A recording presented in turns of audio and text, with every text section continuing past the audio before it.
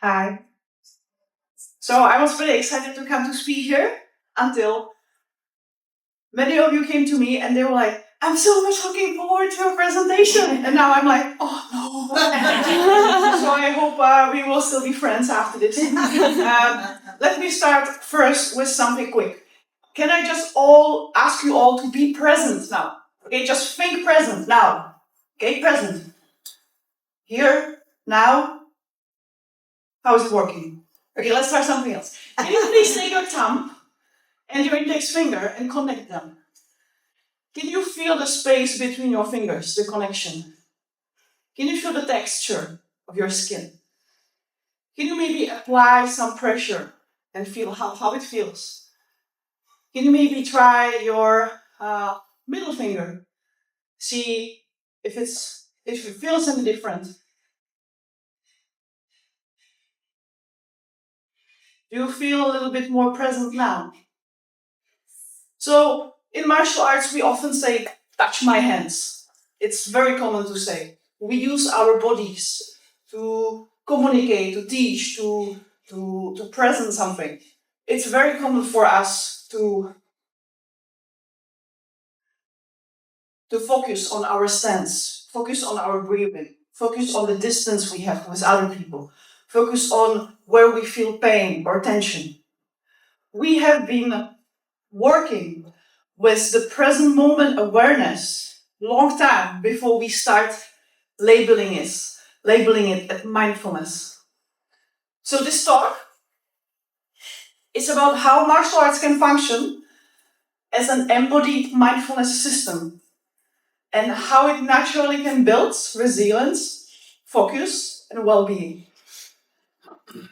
So let me introduce myself. So I was born in the Czech Republic. My name is Veronika. I go by Vercha, which is a pet name.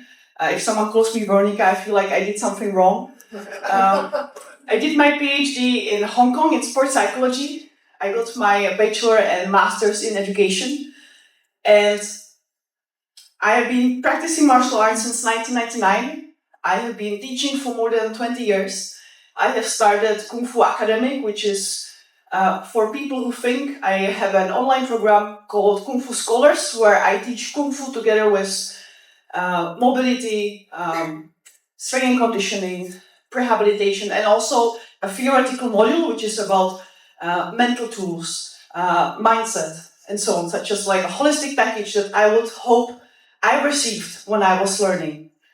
So I have been working in a university for some time, and after that, it seemed to me that a logical step in my career was to go from this to this. So I moved to Thailand and started working on my career of a professional MMA fighter, which I am now. So I've been out of academia for a few years, and this year is my comeback. So, first of all, let me define what is embodied mindfulness. So an embodied mindfulness is a trainable set of skills. We have 5 dimensions of it, or 5 elements, which is the detachment from automatic thinking, the attention to bodily sensation, connection with the body, awareness of the mind and a bodily, and acceptance of feelings without judgment. In short, we can say that embodied mindfulness is present moment awareness grounded in bodily sensations and movement. So, okay, we have this out of the way. Now, how about martial arts? How many of you have any experience with martial arts? This is lovely. Many of you came to me and they were like, can we talk about martial arts? Which I love, because usually people are like, can you shut up about martial arts?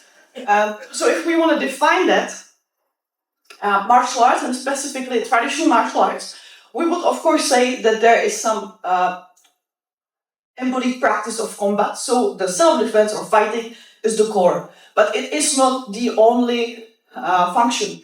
It has other functions, such as making you healthy, making your mental health better, community, spiritual awakening. It has some historical and cultural elements as well. So I say martial arts, and some of the studies in these presentations are martial arts in general, but for me, I will be talking about Kung Fu as the traditional Chinese martial art. just to make things clear. We have specific topics in embodied mindfulness or embodied communication and in martial arts. Two of them are my favorites that I would like to introduce to you. The first of them I call the animal. We use animal terms a lot in martial arts. We fight like a tiger, we have tiger techniques. I'm from the Hungar style, so we have tiger. Tiger is a fearless animal. It goes straight, it is very powerful, but also a little bit stupid. We have the crane, which is a very smart animal, but also it's a weak bird. So it has balance, its strengths and weaknesses. We have a technique in a stick form called the monkey playing the flute, because you crouch, I use my mic, like this, you crouch, you are blocking, it looks like a monkey playing the flute. So we use animals a lot to describe something, to embody the animal. But also we use animals to describe the shift between being aggressive and being calm. So there is this adaptability to shift between, being able to be assertive and being able to stay calm and don't react. We also talk about awakening the animal, such as when a person comes to martial arts and is all shy and closed up and doesn't really speak up, and suddenly can have the safe space to really see who they are, to see the other ways how to express. Can even try how it feels to be more assertive or more aggressive in a safe way. We also talk about how, when we focus on the body, how it can get us closer, our identity, to someone else's identity. How we can bridge the gap between identities through being embodied or embodied mind. I'm going to use some quotes from my PhD study. So this one is quite my favorite. It's from one of my interviewees who forgot he is not Chinese. So he said, sometimes when I go home, people start looking at you funny on the street and you're like, oh yeah, I'm white. I'm like, you forgot you are white living in Chinese family. How is it possible? And he goes, I don't know, but you still have the language barrier somewhat, but you are just part of them. You can tell I can't tell how it's possible, but I can tell you this is what it is. So this is just an example. Another topic of embodiment is the communication. Just as I said in the beginning, we communicate a lot with our body. We teach through our body. We communicate. Often you would have people coming from different cultures, not having the same language, and still being able to communicate with each other. If you have a master in China that you go to visit, usually there is a language barrier. Not always, but quite often. But still, you are able to communicate. So, for example, one of my interviewees said, it's a mixture of Cantonese, English, and being hit with a stick, the way how they communicate with their teacher. I'm not doing the hitting. We communicate pretty fine. We know each other for almost a decade now, and we learn because we could not communicate with each other's language to react very far intense for facial mimics and for the ways we look at each other. Or the teacher takes your hand and puts it on the place where the power needs to go. He drops the shoulder and you just feel it. He talks with his body right in front of you. So this is just another example of embodiment in martial arts or embodied mindfulness. Now the question is, can it help us somehow? Does it have any good consequences that we can use? Being embodied mindful in your body, be mindful, helps you to early detect any kind of need for self-regulation, which also helps you with your well-being, of course. So 3 of the consequences I have picked is resilience, well-being, and focus. To start with resilience, this is one of the topics that is quite well researched in martial arts, because apart from, seeing like what it does to your body and how you become fit, which we already know, we try to also see what it does to your mind. So there's been some research on women, on students, on teenagers, adults, and so on. I have been researching mental toughness. For my PhD, I have done research on psychological collectivism and mental toughness in traditional Chinese martial arts. Simply said, if you train traditional style of martial arts, if it's gonna make you more collectivistic in psychological way, and more mentally tough. Mental toughness is a construct from sport psychology about being tough, being able to perform under stress, under pressure. Now, in the psychology of well-being, we have another construct that is very closely related, which is called resilience. The capacity to adapt, recover, and maintain psychological stability through adversity. I'm going to show you this terrible thing. This is my structure equation model from my PhD. So I was trying to see the connection between psychological collectivism and mental toughness and some elements of martial arts. But what I want to bring your attention is this part. So I want to see what makes you more mentally tough or resilient. And so, of course, I use elements that you would think of, like how long have you been training or how many competitions have you been to. But for traditional styles, we don't really have the way how to measure how good you are. So you cannot really say like, are you good or not? So we don't have any standardized belt system, like for example in judo, in kung fu, we don't have it. We have it per school, but if you go out of your school, it doesn't make any sense. So there is no standardized way to see how good you are, how serious you are. So instead I ask people, what do you think your level is? Do you think you are a beginner? Do you think you are advanced? What is your self-concept of your level? And funny thing is that there is not much result about mental toughness and how many competitions you've been to or how many years you've been training, but there is quite some path between becoming mental tough and what you think your level is. So if you think you are advanced, you are much more mentally tough than if you think you are a beginner. The seriousness that you give yourself, which I think is quite interesting. For the second one, well-being. So we know that through processes such as breathing, posture, and movement, we can regulate emotions, attention, and sense of self. These are the central predictors of psychological health. So I suggest that embodied practices such as martial arts may foster well-being by directly training the bodily mechanism underlying psychological regulation. Another quote from one of my participants is, I'm more rounded now, less extreme, maybe smoother, but sometimes it's better not to be smooth. I control my temper much better. So this participant was talking about, I don't have to react to everything, but if I need to, I can. I can switch, I can adapt. I can turn the switch on and off. I can be an animal or not. There are some really interesting studies on this one as well. For example, one of them is the connection of martial arts and verbal psychotherapy, where it proposed that martial arts is a safe space where you can really see who you are. You can try to behave in different ways that are not usual for you. You can even leave your roles outside of the door. You come in as a CEO, you come in as a waitress, it doesn't matter.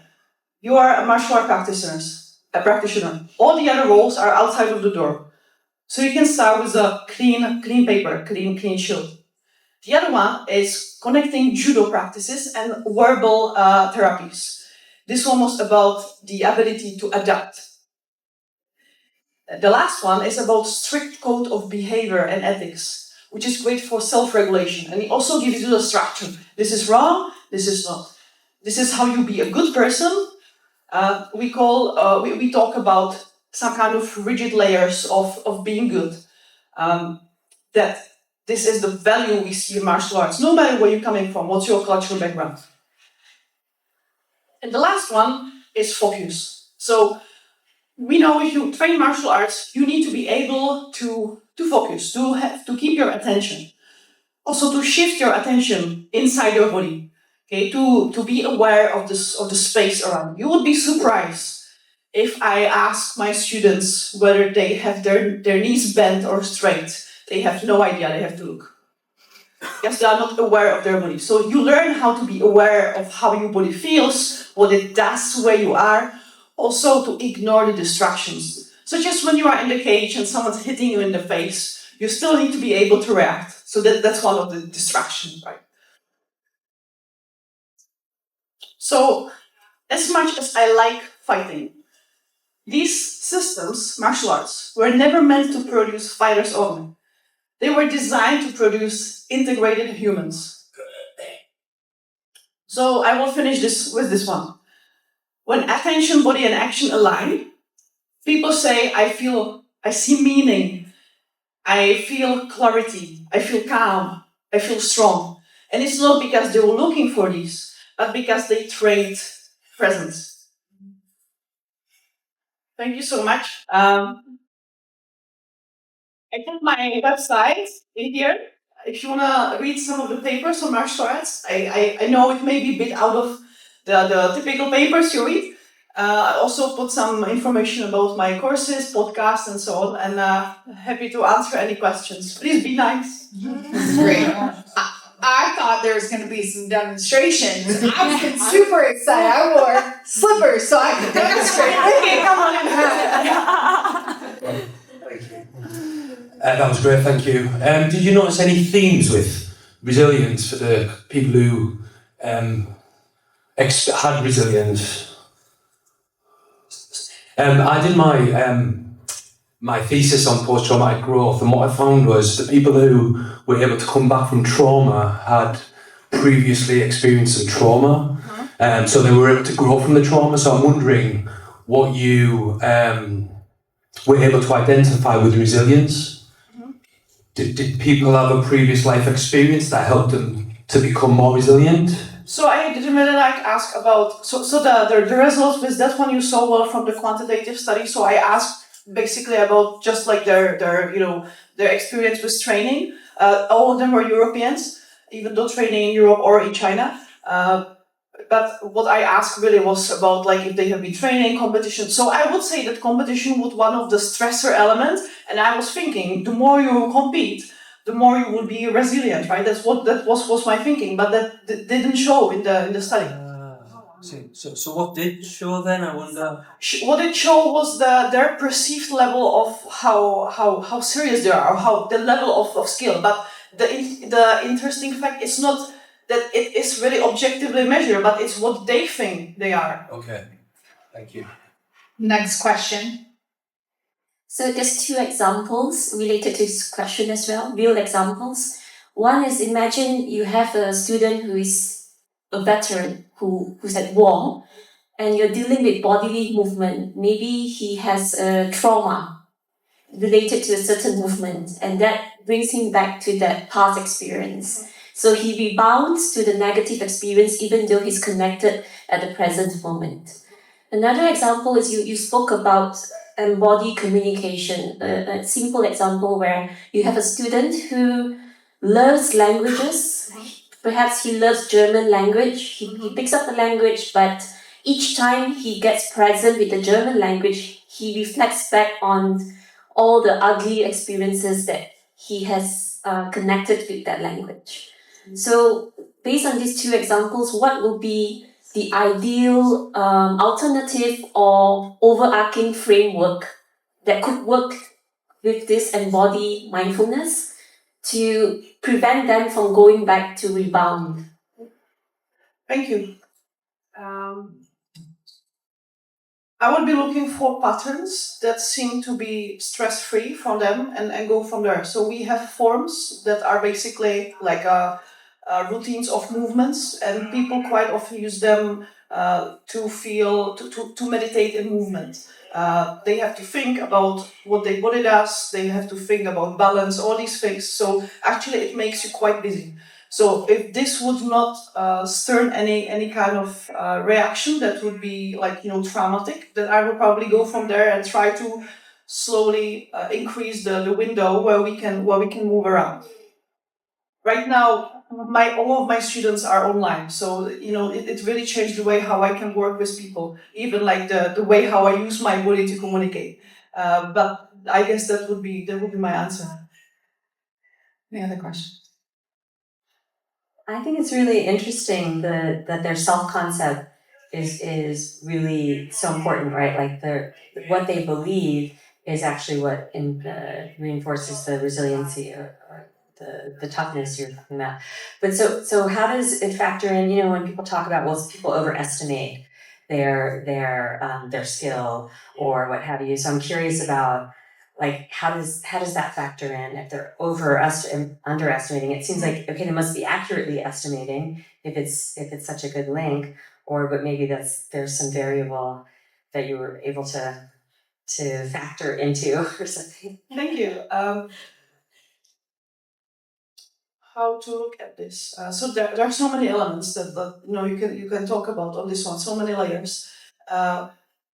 For my study, it wasn't actually important whether they think too much about themselves or too little. It was just about what you think about yourself, the self-concept. The identity was a strong element for me. So for my qualitative study, I actually had to ask for permission to have extended version of my PhD because it was too long. So there is quite a lot about identity and how the theme of seriousness. So I think this is actually reflecting the theme of seriousness. So like if you think you are an advanced student, you are serious about this martial arts. And it was also showed in the qualitative study that the closer you get to the center of the community, let's say to the closer connections, the relationships you have with your teacher, the more serious you are. So I guess if you are not that close, it also means that you maybe will be thinking too much about yourself, and it's not really reflecting the reality. But I wasn't really focusing on that in the study, but definitely that would be nice to then later take those people and put them into the test and see. But we can't really do that, there is no really objective way of saying, oh, you are not as good as you say you are, So I don't know. They're gonna get their tail handed